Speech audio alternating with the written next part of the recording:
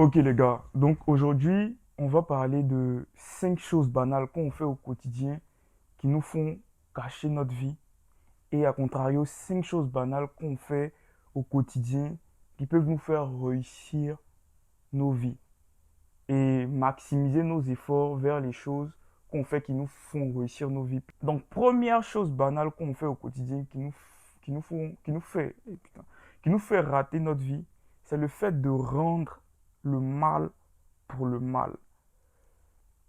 Là, quand je fais cette vidéo, c'est pas pour me jouer les moralisateurs en mode Dieu a dit si. Non, non, non, non, non, non. Les gars, on vit dans un monde où il y a les lois. Donc là, je ne viens pas me jouer les moralisateurs en mode non, Dieu a dit ci, Dieu a dit ça. Non. Et dans ces lois-là, en fait, il y a un principe qui sort. C'est-à-dire, le fait de rendre le mal pour le mal est plus dangereux pour nous-mêmes qu'inverse. Il y a des situations où le mal s'impose, où c'est-à-dire, on te fait quelque chose et tu dois rendre. Pas rendre parce que tu dois te venger, mais rendre parce que c'est nécessaire. Je vais peut-être aller plus loin, plus en profondeur par rapport à ça dans une autre vidéo. Mais le fait de rendre le mal pour le mal, c'est une chose qui peut nous paraître banale, mais qui nous détruit à un point. A contrario, une chose, on peut dire banale qu'on fait dans le quotidien, qui peut nous permettre de réussir, même pas mais qui peut nous permettre, qui nous permet de réussir notre vie, c'est le fait de faire du bien, c'est-à-dire le fait de faire pour nous ce qu'on appelle le bien à quelqu'un sans rien attendre en retour. Je précise sans rien attendre en retour. Une action totalement désintéressée. Ça fait partie aussi des lois de l'univers dans lequel on vit en fait. Et allez tester. Faites des choses pour les gens, des choses qui vous paraissent bien. Parce que ce qui peut être bien pour toi peut être mal pour moi et vice-versa. Mais faites des choses qui vous paraissent bien pour vous, aux gens. Et puis n'attendez rien en retour. Rien, rien. Faites ça de façon désintéressée. Allez tester. Le deuxième point banal que nous les hommes on fait, c'est le fait de draguer les femmes. Et le point, on peut dire, à contrario, le point banal qu'on fait qui peut nous permettre de réussir vraiment notre vie, c'est le fait de courtiser une femme, c'est-à-dire courtiser, la laisser rentrer dans ton environnement en t'envoyant un signe. Et puis toi maintenant, tu prends les devants. C'est très différent, les deux sont très différents. Les gars, écoutez bien ce que je vais dire. C'est très subtil parce que certains vont penser que je suis en train de dire non, il ne faut pas draguer les femmes. Non. Le fait de draguer une femme, il y a une énergie qui va derrière, qui va avec. C'est cette énergie-là qui n'est pas la bonne. A contrario, un homme doit courtiser une femme. Il y a une très grande différence entre les deux, surtout pour nous qui sommes jeunes entrepreneurs, les personnes de moins de 25 ans et tout là. On doit être dans un état d'esprit de, on peut dire de courtisan, si on dit ça comme ça. Bref, de courtisan. C'est-à-dire quoi? Créer l'univers autour de nous, c'est-à-dire être en place soit financièrement, physiquement, mentalement et tout. Et la femme qu'on veut là, elle va nous faire signe. Et quand je dis nous faire signe, c'est pas que la femme va venir te dire non, je suis fan de toi. Non, non, non, non. Elle va t'envoyer un signal. Et vous, on sait tous comment les femmes, quand une femme te plaît, quand tu plais à une femme, comment elle réagit. Il y a une manière en fait. Elles ont une manière de faire, de t'envoyer un signal et tout. Et là, maintenant, tu la courtises. C'est-à-dire qu'elle t'envoie un signe.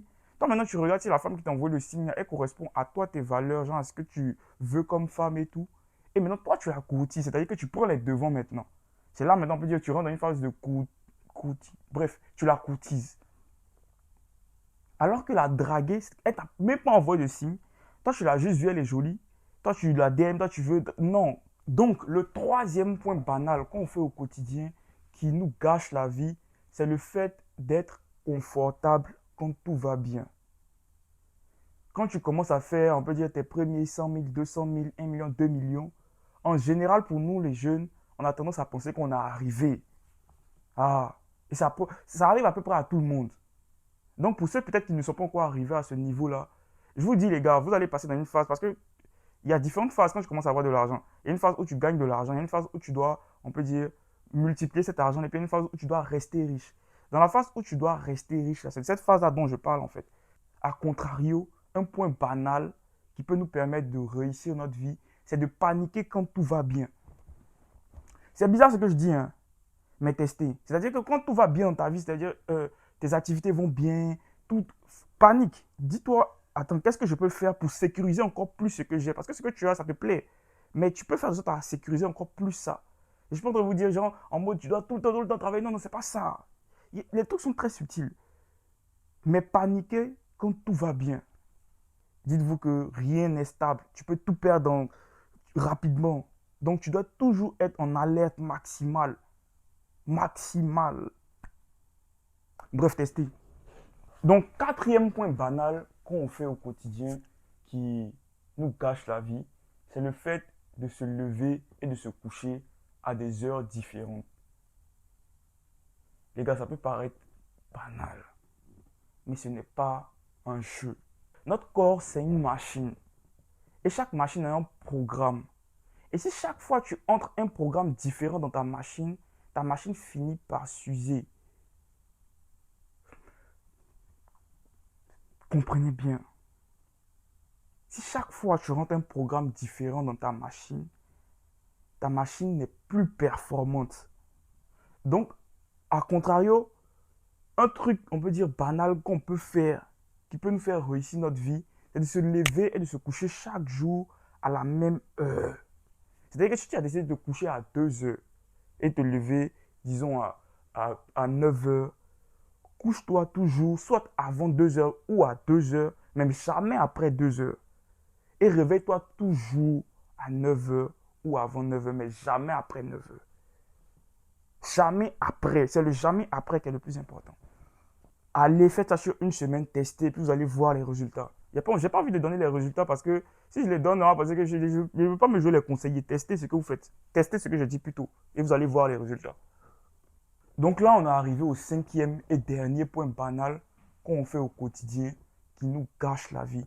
Et ce dernier point-là, je trouve c'est l'un des points les plus importants. Écoutez bien, c'est le fait de manger en étant distrait. Quand je dis manger en étant distrait, c'est quoi? C'est-à-dire que pendant que tu manges, tu regardes la télé. Pendant que tu manges, tu regardes ton téléphone. Tu réponds à tes messages, tu parles aux gens et tout. Les gars, c'est dangereux. Dangereux dans le... C'est pas que c'est dangereux en mode... ça, ça, te, ça te donne des maladies. Non, c'est pas ça. C'est dangereux dans le sens où ça puise ton énergie. Ça te vide énergétiquement, si on veut bien voir. A contrario, si vous testez ça, c'est-à-dire manger sans rien regarder, c'est-à-dire juste tu manges et tu apportes une certaine déférence à la nourriture que tu manges, un certain respect à ce que tu manges, tu vas voir la différence. Si je vous dis les conséquences, vous allez penser que je ne suis pas conseiller de quelqu'un, je ne viens pas pour conseiller quelqu'un. Je vous donne juste des règles et puis derrière, il y a des conséquences. Testez et puis vous allez voir les conséquences sur vos vies. Mais manger avec déférence, c'est le jour où tu ne vas pas avoir de nourriture dans ton assiette que tu vas comprendre la valeur de la nourriture. Et c'est à partir de ce moment-là précis que tu vas manger d'une autre façon. Et le fait de respecter, c'est-à-dire d'avoir une certaine déférence pour les petites choses qui sont autour de nous. Est-ce que vous avez conscience de l'impact que ça a sur nous? L'impact positif, je veux dire. Donc, manger en n'étant pas distrait. Coupez les distractions, mangez comme vous devez manger.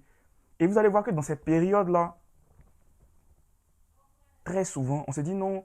Souvent, c'est ce que les entrepreneurs se disent. Non, je vais aller dans un coin, quand je m'assois là-bas, je vais réfléchir, les idées vont venir. Non. Les idées viennent très souvent quand on n'est pas distrait. Je ne sais pas si vous avez remarqué, c'est quand tu es sous la douche en train de te laver ou quand tu es assis. J'en sens rien faire que les bonnes idées viennent. Et maximiser ce genre de moments-là dans la journée où vous êtes coupé de tout. C'est-à-dire, quand vous mangez, vous ne faites rien et tout. C'est pas dit que dès que tu as allé, tu as mangé, l'idée va venir. Non. Mais en général, ça a trop de points positifs. Testez, vous-même vous verrez. Bref, en tout cas, c'était les 5 points. Ce qui est sûr, je vais aller plus en profondeur sur certains points dans peut-être d'autres vidéos et tout. Mais voilà.